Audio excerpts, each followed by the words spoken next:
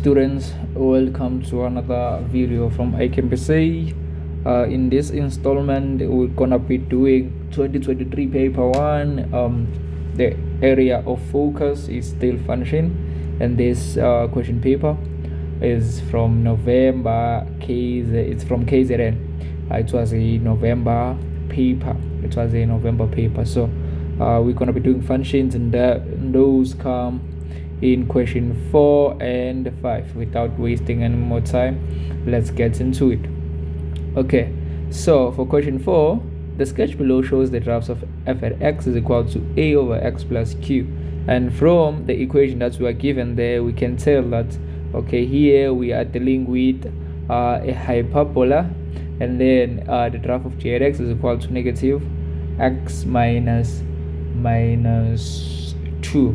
Okay, the graph of f has a horizontal asymptote as shown below there at -2, the horizontal asymptote, and the graph of f and g intersects at p and q. And that's the question that I usually like. Whenever you see where the graphs intersect, always remember that in order to calculate the coordinates of p and q, you'll have to equate the two graphs, so just keep that in mind and always remember that. Okay, and also we are told that the horizontal asymptote of the graph of f, the hyperbola, is at -2. What does that tell us? It tells us that the value of q is -2, because it's the value of q that is given by the asymptote. Okay, I think from there much clarification has been made. Let's get into the questions. Okay, write down the value of q. So that's the first question, just what I was talking about now, and that is our 4.1.1.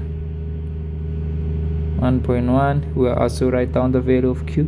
Q is equal to -2, and that is our horizontal asymptote. We can put in brackets and say horizontal. That is our horizontal asymptote. Okay, and then next we have 4.1.2. the point 1 and 1 lies on f. That what we are told, the point -1 and 1 lies on f. Calculate the value of a.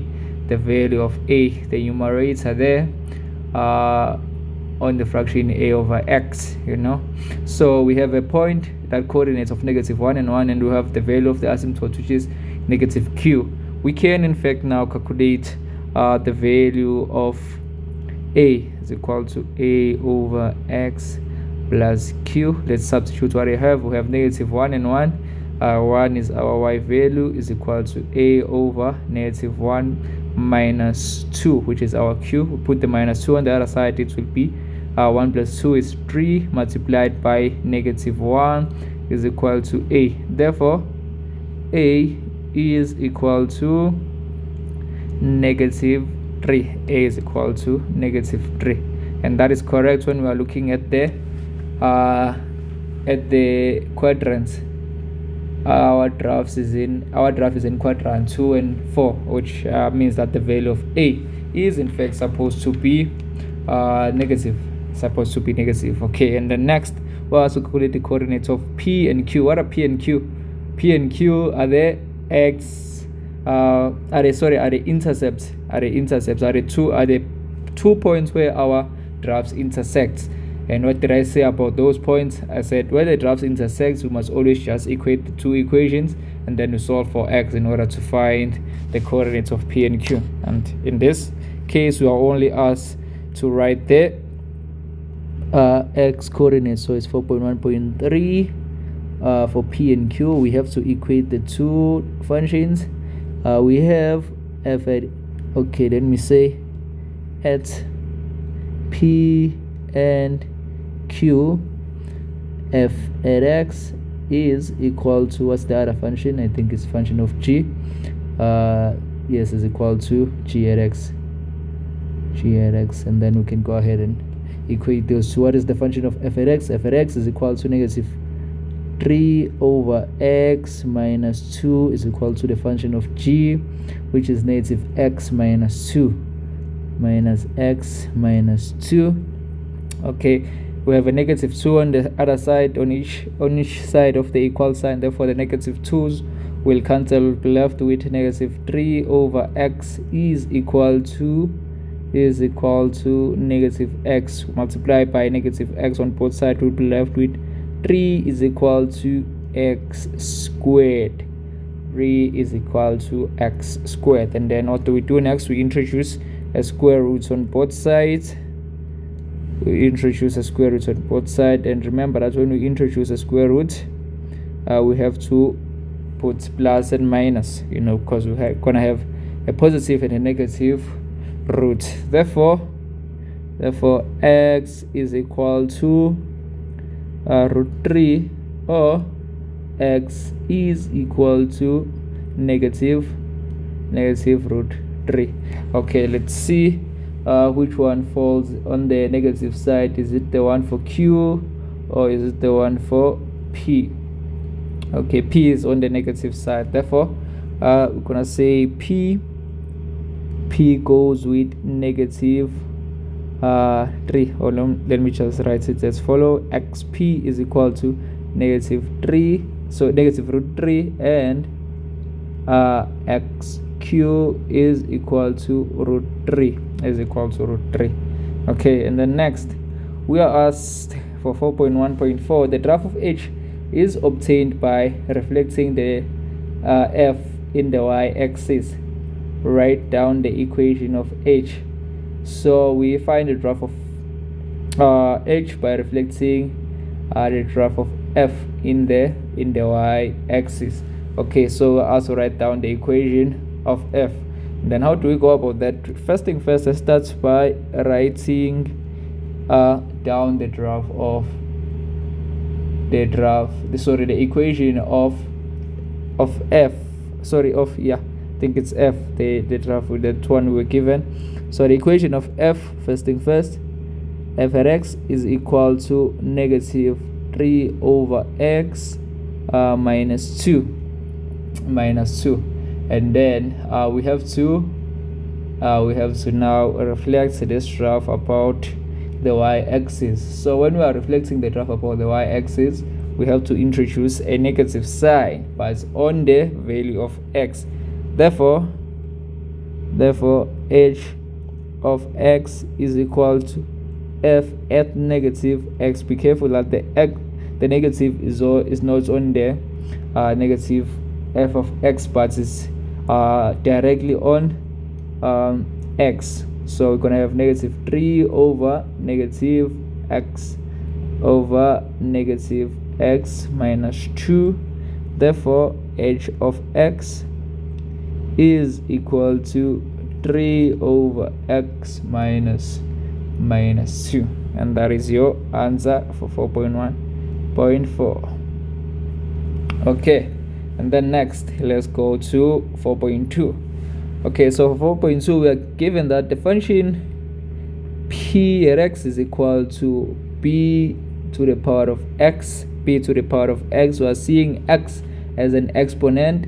That tells us that we are dealing with what? We are dealing with an exponential function. Plus q is our horizontal asymptote, is described by the following properties. We have b, which is greater than 0, and b cannot be equal to 1, because once b is equal to 1, what happens when b is equal to 1? When b is equal to 1, we're gonna just get the same number, because it doesn't matter to what number we raise the number 1, it will always give us just 1. So b can never be equal to 1 for a exponential function. Okay, and then the x-intercept is at 2 and 0. The horizontal asymptote is at negative 9. Y is equal to negative 9. What represents the horizontal asymptote for us is that q, of which also represent the shift, is the vertical shift of the graph. Okay, so write down the range of p. So our graph starts from what? From negative 9 going upwards. So therefore for 4.2.1 the range of p is gonna be y, okay, y is the element of from -9, it doesn't touch it, to positive infinity, or you can simply say y is greater than -9. Either one is correct. So for 4.2.2, determine the value of p, hence write down the equation of p. The value of p, okay, so what do we have here? We have the x-intercept, which is the coordinates, and then we have the asymptotes, the value of q, which is -9. So we can substitute those values and solve for p. Okay, so p at x is equal to p to the power of x minus 9 our asymptote.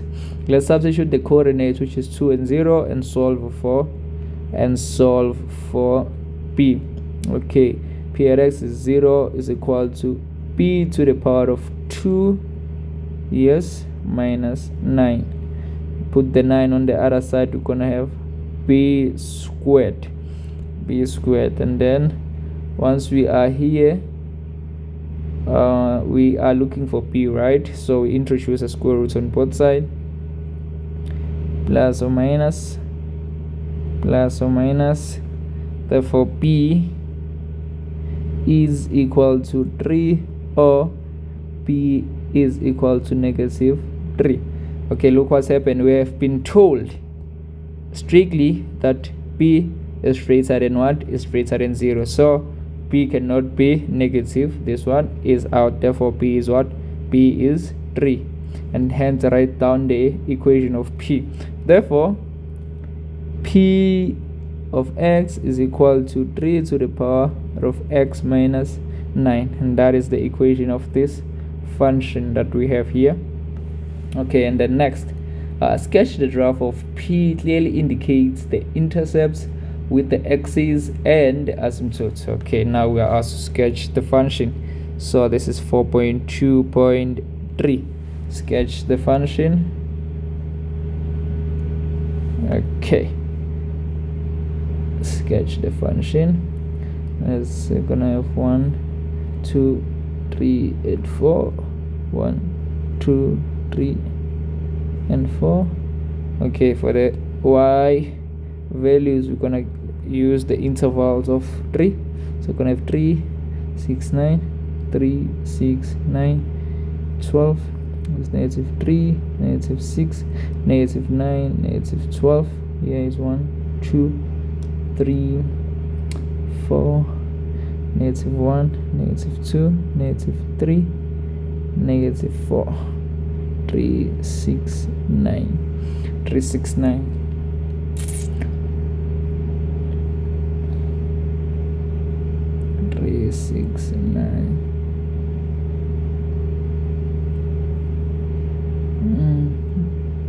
Okay, once we are here, let's what is the asymptote? Okay, here we have, this is your y and x values. So since p is greater than 1, we know that this function is going to be an increasing function. What is the asymptote? The asymptote is -9, so it's going to be here. Our graph will approach this line, but it will never touch it.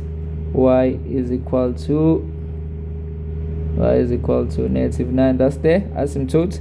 What are the intercepts? We have the x-intercepts at 2 and 0. 2 and 0, x-intercept there. Let's find the y-intercept.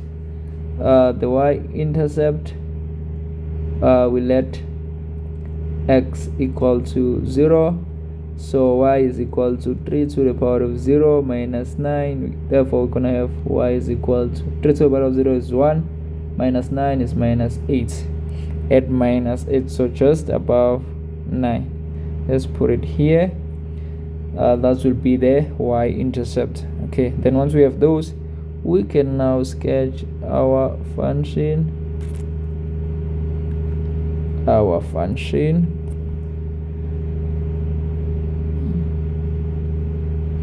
Yeah, it will be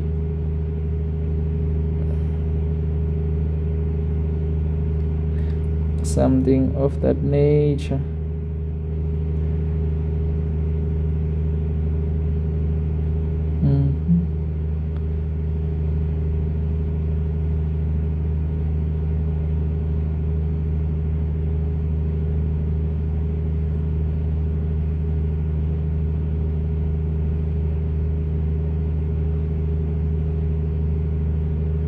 trying to fit it to this dot. Okay, let me just try to sketch it again, this function.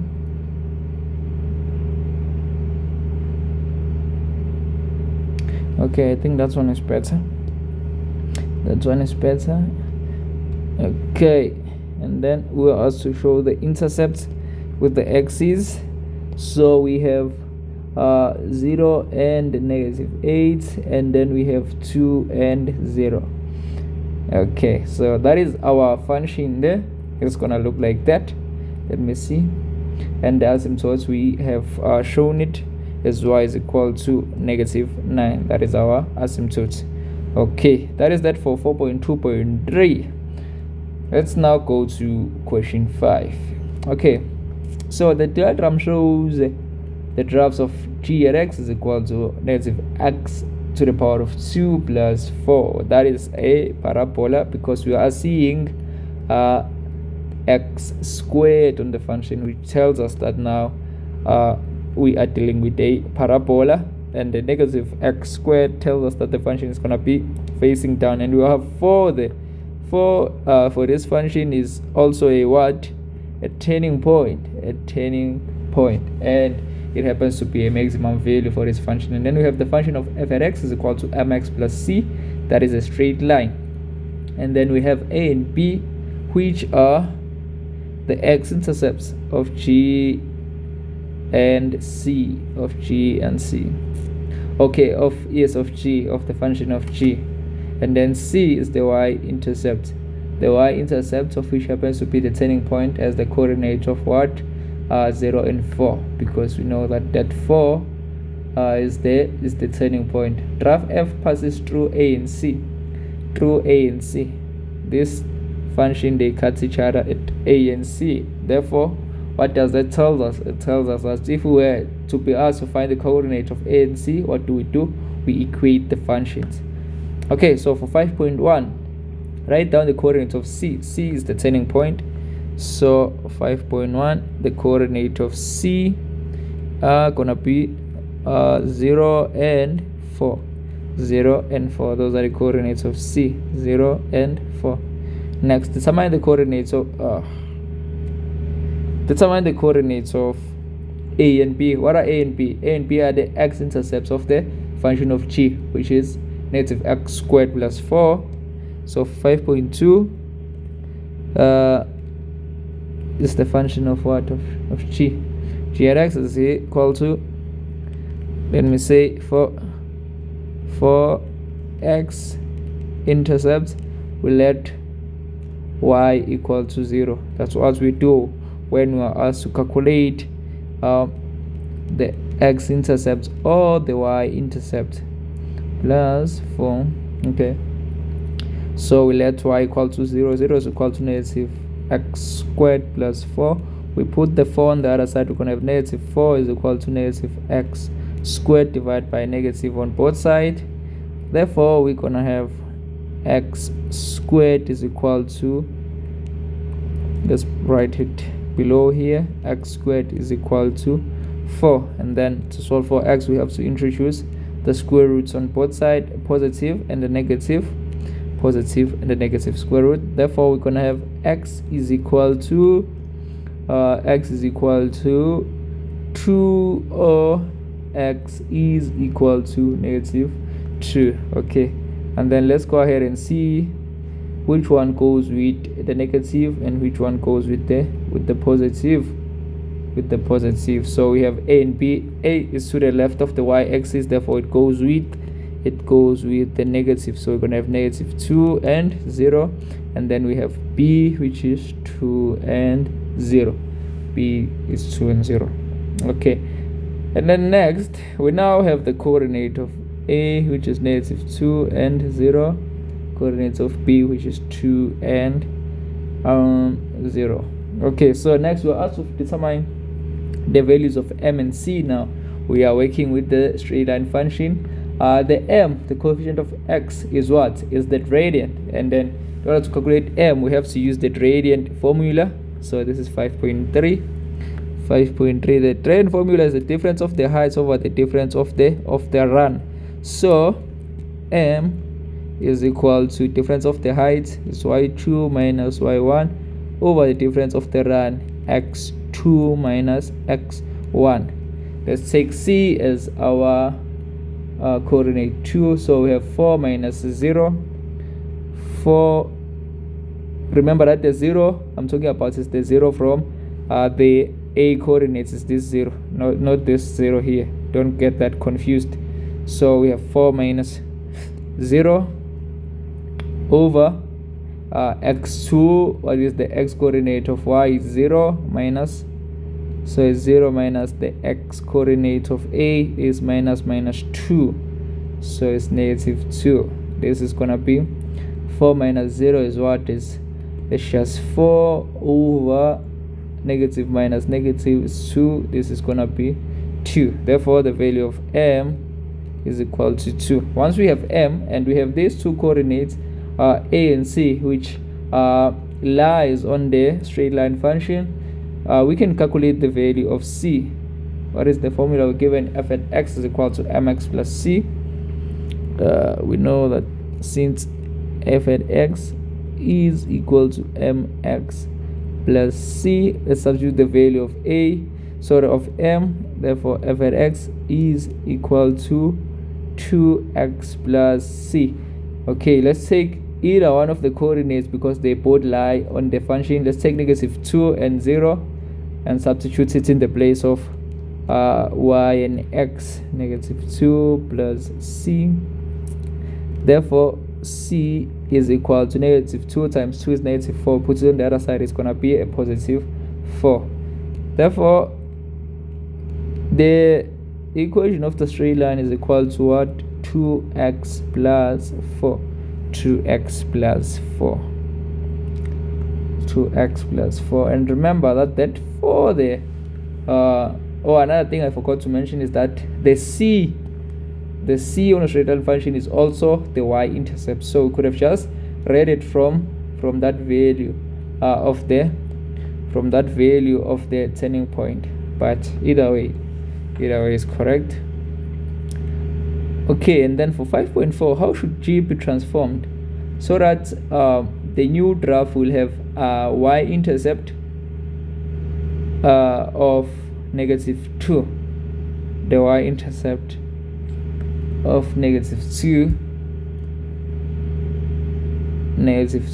the y-intercept of negative 2, and still have a maximum turning point. So for a parabola to have a maximum turning point, it has to be facing down just like this one. So this graph just has to be translated from what? From 4 to negative 2. It's still gonna be something, still gonna be a graph that is facing downwards like that, but now it's start from negative 2 going down, So in order for this to be possible, 5.4, the graph has to be translated 5.4. Let's see how many units from 4 to negative 2. 4 minus 2 is gonna be 6 units. So the graph has to be translated 6 units downwards. The graph has to be translated 6 units downwards. Yeah, if that transformation is done, the graph will still have a maximum point. Okay, for which values of x is f at x? F at x is the straight line less than g at x. So we're looking for those values whereby the function of f is below the function of g. The function of f is below the function of g. From A to here, we can see that the straight line function, the function of f, is below the parabola. The parabola is above, as you can see here. The parabola is above. So it's from negative 2 to 0, the values of x, where the f at x function is less than the g at x function. So this is gonna be 5.5.1, 5.5.1. okay, where x, okay, so it's where x is greater or equal to -2, x, and x is less or equal to it's less or equal to 0. No, we can't be included or equal to, because we're just looking for those values whereby the function is greater, so it will be greater for all the values just above -2 and for all the values just below 0. Once we include 0 and the -2, the functions will be equal, hence why I'm removing that. So we can write this in the formula, so where x is greater than -2 but x is less than 0. That will be your answer. That will be your answer there. Okay, and then next for 5.5.2. okay, for which values of x is f at x multiplied by g at x is less or equal to 0. The thing I always say, or that I always tell my students, is that when you are dealing with this, you must try to understand, because okay, in order for the product of these two functions to be less than 0, what should we be dealing at? Because when they are saying the product of this is less or equal to 0, they are referring to having a negative outcome. So in order to get a negative outcome, we should have a negative multiplied by a positive, or a positive multiplied by a negative, so if the functions at that value of x are both positive, this is not gonna work, because the product of the function at that value of x will be actually greater or equal to 0. So we are looking for the places where this is opposing, when these two are opposing. Okay, and then where is that gonna be? Let's come here from less or equal to 0. okay, from what? From negative infinity to to that a, the functions are both below the functions are both below, what you call this thing, are both below the x-axis, so they are both negative, and a negative will be a positive. But there at a, where x is equal to 2, the functions are both at 0, so 0 multiplied by 0 will give us 0. So that's the first value of x. 5.5.2, saying where x is equal to -2. That's the first value of x. And then next, what do we have here? Okay, then the function goes above, and then the function remains above the x-axis up until that value of b, up until the value of b. Okay, and then once we get to b, where x is equal to 2, the function of g goes below, the x-axis, and then it's negative, while the function of f remains above the x-axis. So, and where x is equal to or greater than 2, yes, that's the next set of values. And x is greater or equal to 2, and where x is greater or equal to 2. So those will be the two values, or those will be the values of x whereby the products of f and g will be greater than 0. Sorry, will be less than or equal to 0. So basically where it will give us a negative outcome. Okay, folks, I hope you learned something from today's lesson, and until we meet again, I wish you good luck and good studying.